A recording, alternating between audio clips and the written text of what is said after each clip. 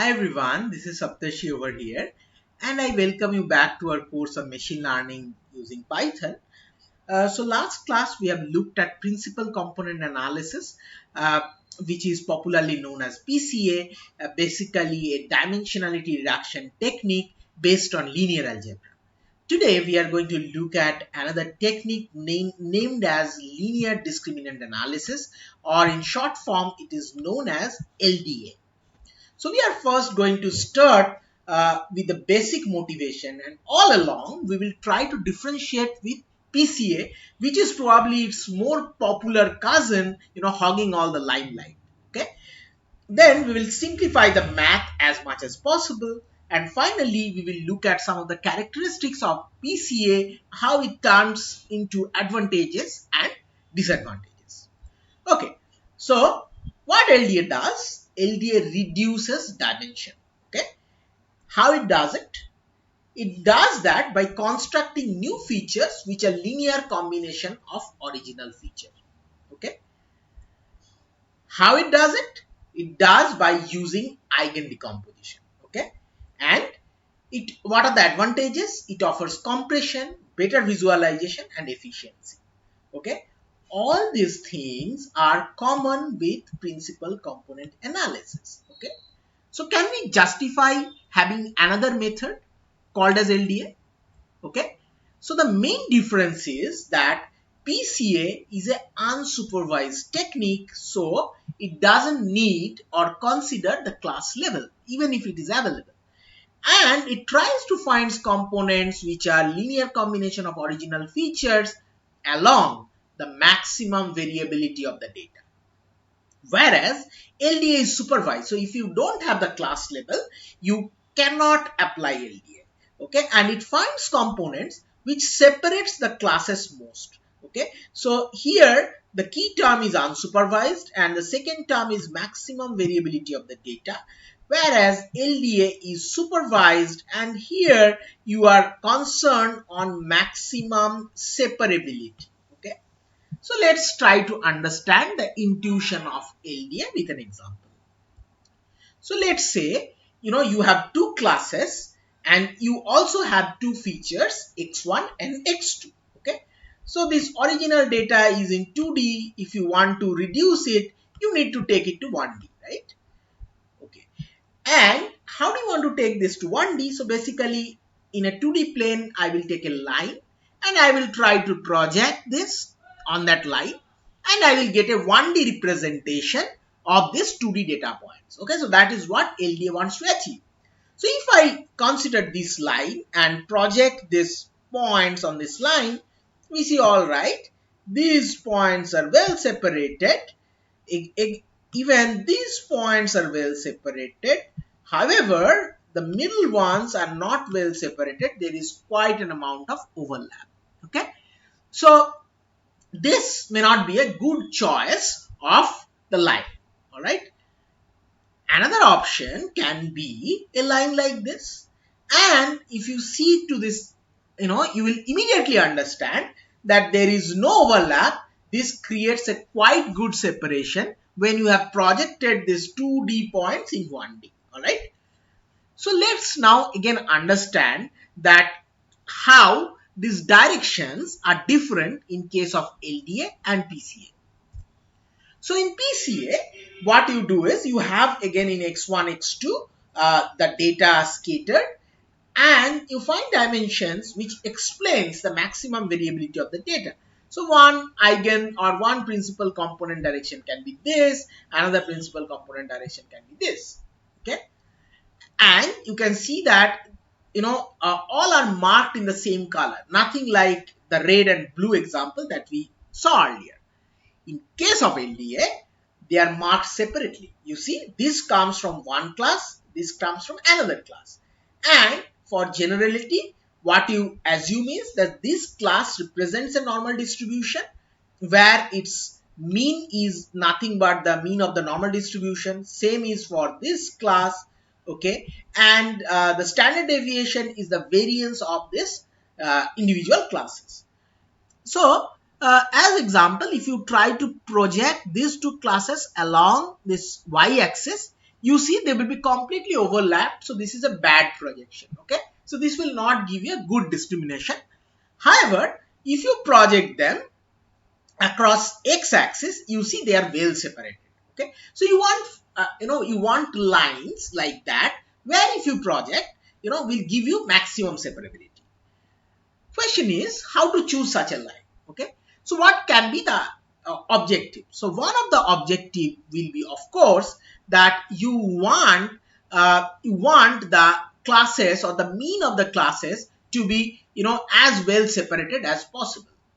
On the other hand, you also want that the class to have less amount of variance. Okay, so within the class the variance should be smaller, and between the class the distance between the mean should be high. Okay, so this is what will be one of the good lines. All right, now actually this is formalized using something called as Fisher discriminant ratio. All right, so in numerator you have mu1 minus mu2 square. So you want to maximize this, right? And below you have the individual classes variance. So S1 square and mu1 are the mean and variance of class 1, and mu2 and S2 square are the mean and standard deviation of the second class.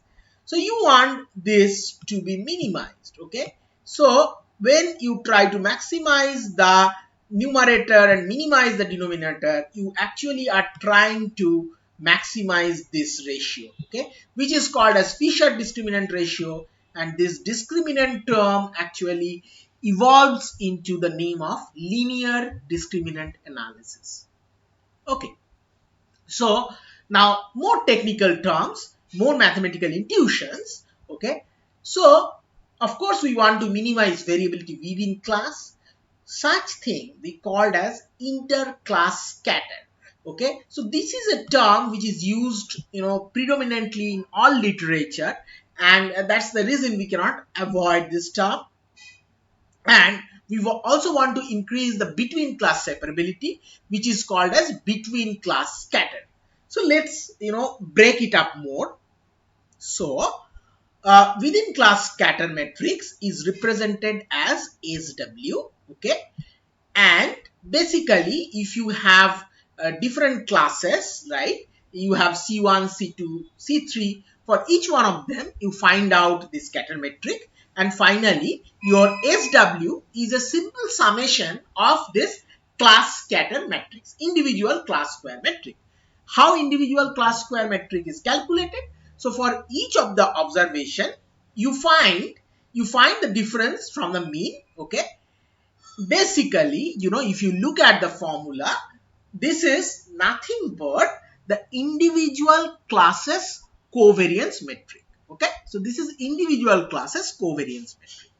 Okay, now let's go to this between class scatter metric. Okay, which is represented as SB.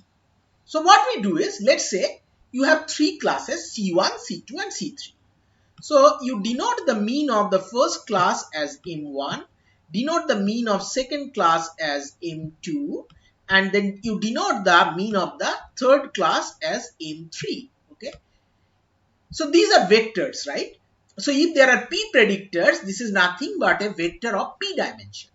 Now if I construct a data set using this class means, and we find the covariance matrix of this particular matrix which has the class means, this gives me the SB. Okay, so here M actually represents the overall mean, and this MI actually represents the mean of individual classes. All right, okay, so let's look at this with a very simple example.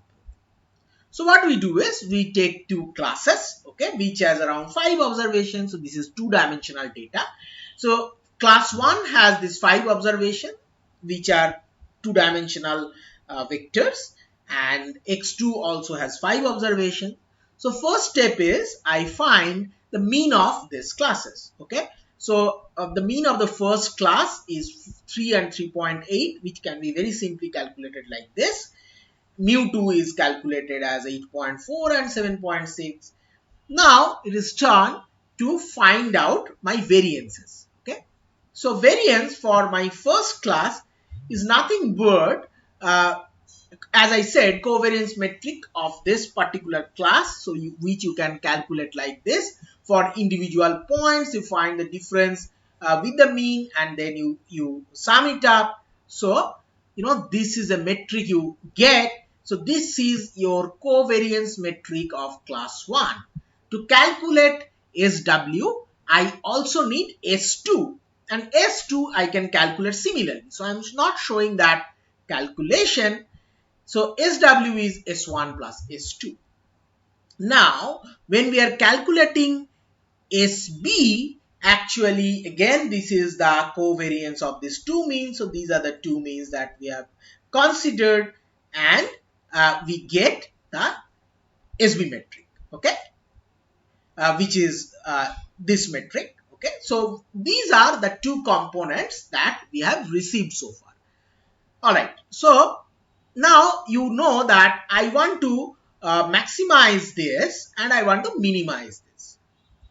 So with some mathematical computation, it turns out that if we find the eigenvector and eigenvalue of the matrix product of inverse of SW, okay, and SB. So this is the one I want to minimize, and this is the one I want to maximize. If I find a product of this, okay, and I find the eigenvalue and eigenvectors, then that will give me directions which gives me maximum separability. Okay, so this is how the problem of converting this with the scatters, right? So minimizing the within class scatter and maximizing the between class scatter converts to the problem of eigenvalue decomposition.